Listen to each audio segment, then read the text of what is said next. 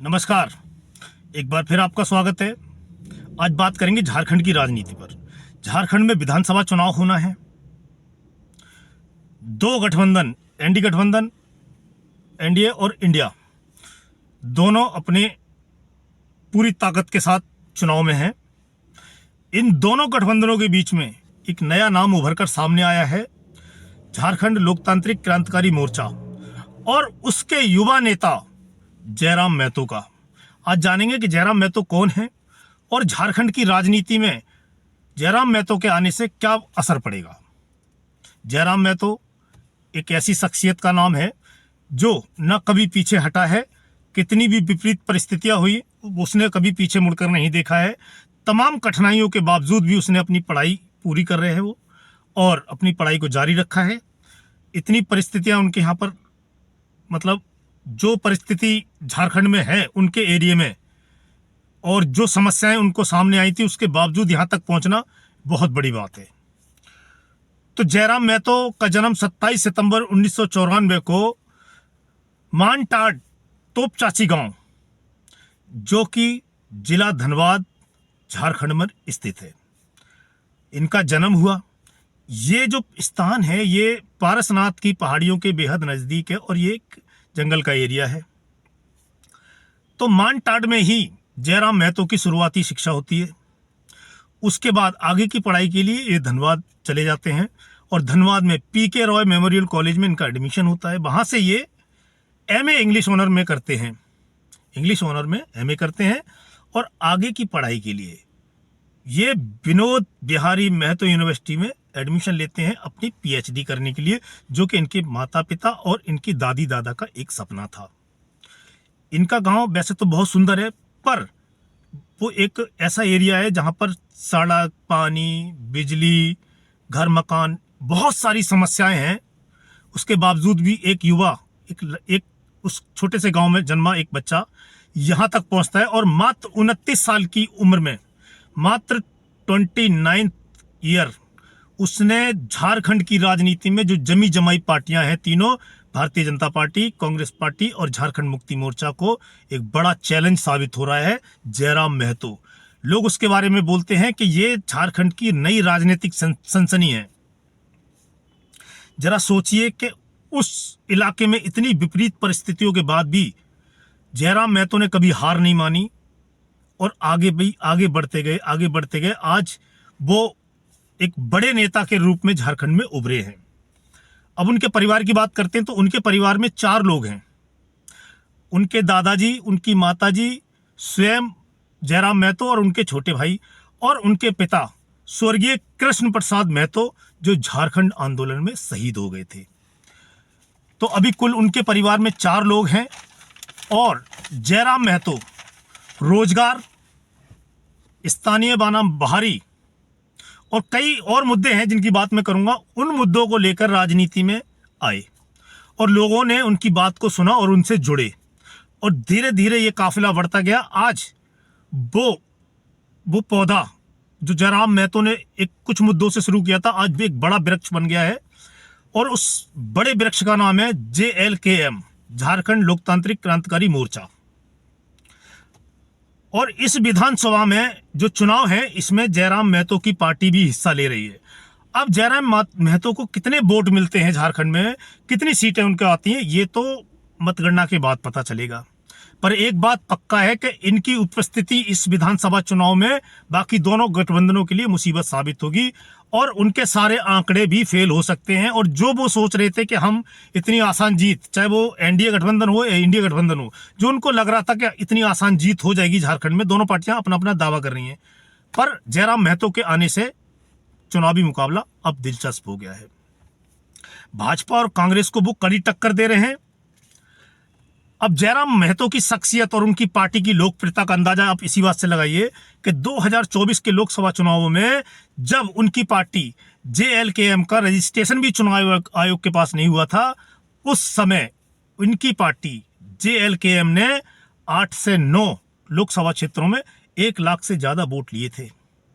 और लोगों का कहना है कि कई विधानसभा क्षेत्रों में ये बाकी पार्टियों पर लीड ले गए थे। मतलब अगर विधानसभा बार देखें तो कई पार्टियों पर इन्होंने लीड ली थी उस समय। इस वजह से लगता है कि जिस पार्टी का जब रजिस्ट्रेशन भी नहीं हुआ था उस समय उसको अगर एक लोकसभा क्षेत्र में 1 लाख वोट मिलते हैं तो विधानसभा के हिसाब से देखें तो ये वोट काफी होते हैं, और ऐसा लगता है कि कई सीटों पर ये जीत का फैक्टर भी बन सकते हैं जेकेएलएम के लिए, जेएलकेएम के लिए। अब जयराम महतो जो अभी 29 साल के ही हैं और जनता में उनके प्रति एक जबरदस्त आकर्षण है, खासकर युवाओं में। आदिवासी, ग्रामीण और जो युवा युवती हैं उनमें जयराम महतो का एक खास क्रेज है और लोग उनसे दिन पे दिन जुड़ते जा रहे हैं, लोग उनके साथ आ रहे हैं। उनकी सभाओं में एक बहुत भारी भीड़ उमड़ती है। लोगों का कहना है कि कोई मंत्री या मुख्यमंत्री भी जब आता है तब इतनी भीड़ नहीं आती है जितनी जयराम महतो की सभा में आती है। तो ये भाजपा और कांग्रेस के लिए सोचने वाली बात है कि जयराम महतो की सभा में इतनी भीड़ आ रही है और वो स्थानीय मुद्दों के ऊपर ही बात करते हैं, इधर उधर की बात नहीं करते हैं, और उनको देखने से ऐसा लगता है कि वो जमीन से जुड़ा, मिट्टी से जुड़ा हुआ शख्स है। देखने से आप उसको कह नहीं सकते कि ये कोई पॉलिटिशियंस है या कोई नेता है, ना ही कोई बैकग्राउंड है राजनीति का, ना कोई पैसा है, ना कोई गॉडफादर है राजनीति में, ना कोई बड़ा नाम है उनके पीछे। ऐसे में जयराम महतो खुद 2 जगह से विधानसभा चुनाव लड़ रहे हैं। वो डुमरी और बेरमो से विधानसभा चुनाव लड़ रहे हैं। उनका कहना है कि मेरे 2 जगह चुनाव लड़ने से इन विधानसभा चुनाव क्षेत्रों के आसपास की जो विधानसभा सीटें हैं उन पर सकारात्मक प्रभाव पड़ेगा और हमारे कैंडिडेट की जीतने की संभावना बढ़ जाएगी। और ये बात कहीं तक सच है क्योंकि जयराम महतो अपनी पार्टी में वन मैन आर्मी है अभी फिलहाल, और उनके लड़ने से उनके आसपास की सीटों पे असर पड़ेगा, ये पक्का है। बात करते हैं मुद्दों की कि जयराम महतो के मुद्दे क्या क्या रहेंगे। सबसे पहला मुद्दा है उनका परिवारवाद। परिवारवाद से उन्होंने एक दूरी बनाई है। उनका कहना है कि हम परिवारवाद पर नहीं जाएंगे और परिवारवाद को अपनी पार्टी में भी नहीं पनपने देंगे। और उनका तो यहाँ तक कहना है कि हमारी पार्टी को अभी विधानसभा चुनाव में जाने से पहले कई नेता, सांसद और एमएलए के बेटा बेटियों के पुत्री और पुत्रों के फोन आए थे कि हम आपकी पार्टी को ज्वाइन करना चाहते हैं। अगर जयराम महतो चाहते तो उनको टिकट देते, क्योंकि उनके पीछे एक नाम है, उनकी पकड़ है, उनकी जान पहचान है, उनके पीछे उनके बाप का नाम है। तो ऐसे लोगों को टिकट देने से उनकी हो सकता है कुछ सीटें बढ़ जाती, उनका वोट बढ़ जाता। पर जयराम महतो ने ऐसा नहीं किया और उन्होंने क्लियर बोल दिया कि हम परिवारवाद को नहीं बढ़ने देंगे। ऐसा नहीं होगा कि सांसद का बेटा ही सांसद बनेगा या विधायक का बेटा ही विधायक बनेगा, ऐसा नहीं चलने देंगे। और मुद्दे तो इसके साथ कई है उनके पास। उनका दूसरा एक मुद्दा है, या उनको एक सवाल कह सकते हैं आप, कि उनका नेताओं से और जनता से एक सवाल कि झारखंड बिहार से अलग राज्य क्यों बना था। इसका उत्तर दीजिए। कांग्रेस, भाजपा, जेएमएम तीनों ये उत्तर दे कि झारखंड अलग राज्य क्यों बना था। उनका कहना है कि झारखंड के लोगों को एकीकृत बिहार राज्य में दबाया जाता था, सताया जाता था, उनका दोहन होता था, दमन होता था। और झारखंड राज्य इसीलिए बनाया गया था कि झारखंड के जो लोग हैं उनको मान सम्मान मिले और उनको अधिकार मिले, नियोजन का अधिकार मिले। और सीधा सवाल है उनका नेताओं से और लोगों से कि ये अधिकार, मान सम्मान का, नियोजन का, स्थानीय युवाओं को जो अधिकार मिलने चाहिए थे वो मिले। लोगों का कहना है कि नहीं मिले। और ये हमें भी लगता है कि झारखंड में जो वहाँ के लोकल लोग हैं उनको उनके अधिकार नहीं मिले हैं। खनिज संपदा से भरपूर एक राज्य इतना पीछे है, इतनी भूखमरी और गरीबी है वहां पर, ये देखने वाली बात है।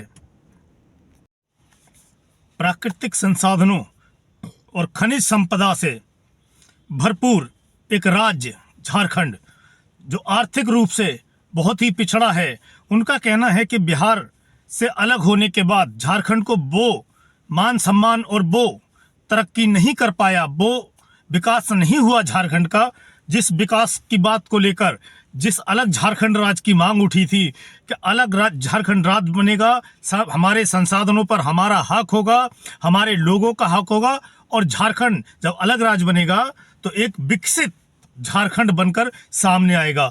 ये जो 3 पार्टियां हैं, चाहे भारतीय जनता पार्टी हो, कांग्रेस पार्टी हो, झारखंड मुक्ति मोर्चा हो, जिन लोगों ने जो विकास झारखंड में होना चाहिए था वो नहीं किया है, ऐसा आरोप है झारखंड लोकतांत्रिक क्रांतिकारी मोर्चा का। और लोगों का भी कहना है कि झारखंड में 24 साल के बाद कोई ऐसा युवा संगठन आगे आया है जो जमीन से जुड़ा हुआ है और वो उनके मुद्दे उठा रहा है जो लोगों से जुड़े हुए मुद्दे हैं, जिनसे लोगों का सीधा सरोकार है। वो मुद्दे उठाकर वो राजनीति में आए हैं जयराम महतो।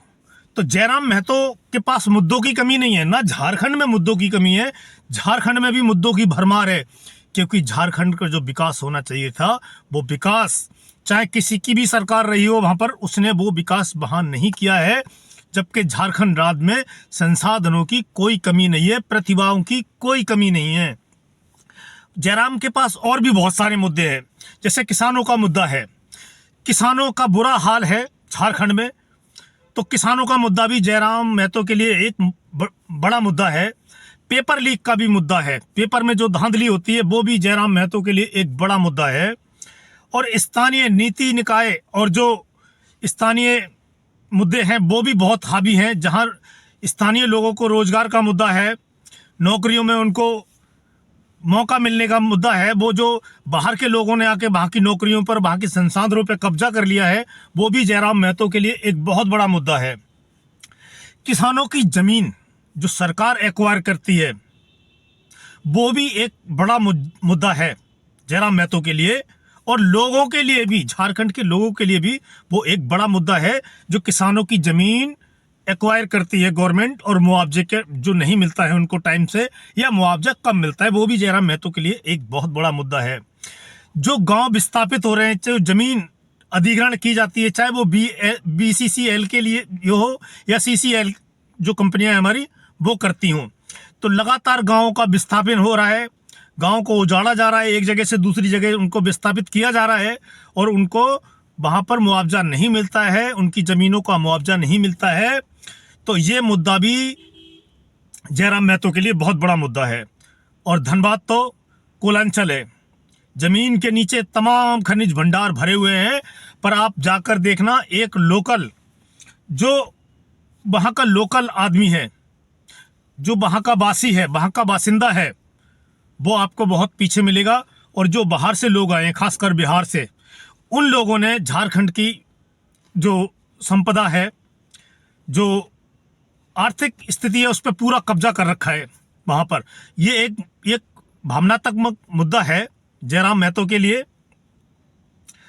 और ये जो सब मुद्दे हैं, ये आम जनता के मुद्दे हैं। और बिहार से जो लोग आए हैं उन्होंने झारखंड में आके बहुत तरक्की करी है, और झारखंड का जो लोकल है वो बहुत पीछे है, और जो बाहर से आए वो बहुत आगे चले गए हैं।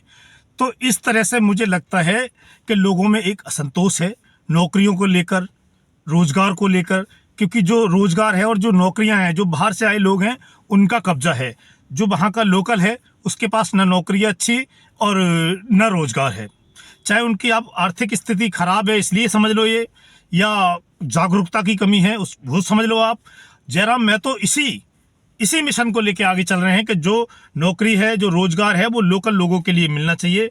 और अंत में पैसे की बात, कि अगर जयराम महतो इलेक्शन लड़ रहे हैं और उनकी पार्टी इलेक्शन लड़ रही है, तो उनके पास इलेक्शन लड़ने के लिए पैसे कहां से आएंगे।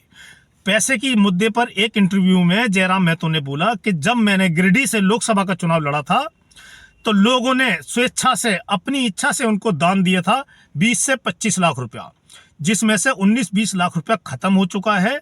और लोगों ने दिल खोलकर दान दिया था, तो उनको लगता है कि विधानसभा चुनाव में भी लोग खुलकर दान देंगे जयराम महतो के लिए और उनकी हेल्प करेंगे। देखते हैं आगे मतगणना के बाद क्या रिजल्ट आता है और क्या फर्क पड़ता है दोनों गठबंधनों के ऊपर, चाहे इंडिया गठबंधन हो या एनडीए गठबंधन हो, और किसका खेल बिगाड़ते हैं जयराम महतो और किसके लिए लकी साबित होते हैं, ये देखने वाली बात होगी। आज के वीडियो में इतना ही, मिलते हैं आपसे अगले वीडियो में, तब तक के लिए जय हिंद, जय भारत।